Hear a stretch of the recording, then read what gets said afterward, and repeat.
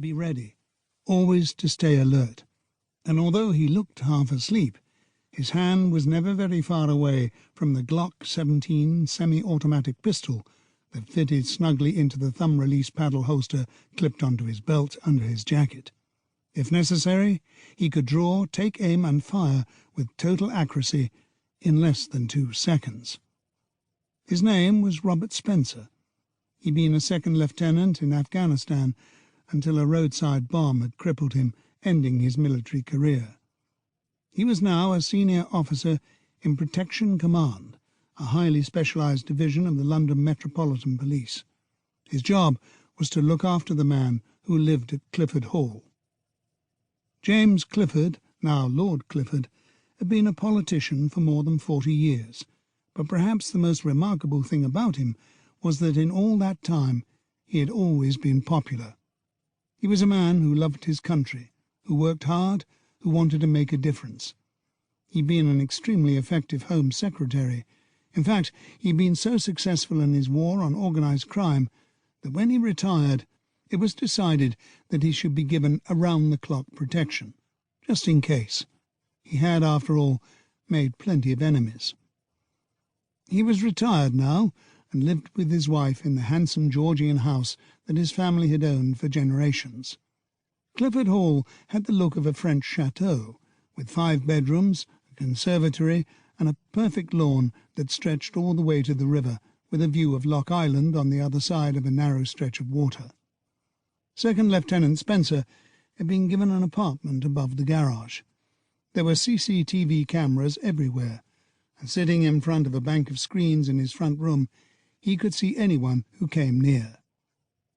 Life in an English village is very much a matter of routine, and after all the time he'd spent in Cookham, he had most of the day pinned down to the minute. 8:10 a.m., the newspapers delivered. 8:25 a.m., the mail. 9 a.m., Mrs. Winters, the cleaning lady, arrives. 10:15 a.m., Lady Clifford walks the dogs, and so on. There was almost no chance that anyone would seriously try to hurt Lord Clifford, but as Spencer knew from his time in the army, almost wasn't good enough. He took his job seriously, and he liked Lord Clifford. He wanted to keep the old man safe. As the British Airways flight curved out of sight, he became aware of 2 figures approaching the gate and the short drive that led to the front door. His hand slid an inch toward his gun, then stopped as he saw that the visitors were young girls, no more than 12 years old, dressed in the blue and red polo shirts that identified them as girl guides. One of them was carrying a wooden tray with a pile of chocolate muffins. They stopped in front of him. "How can I help you, girls?" Spencer asked.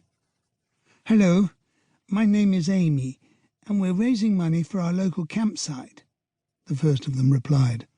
She had fair hair framing a very attractive face, blue eyes, and a scattering of freckles over her cheeks. "We made them ourselves," the other said.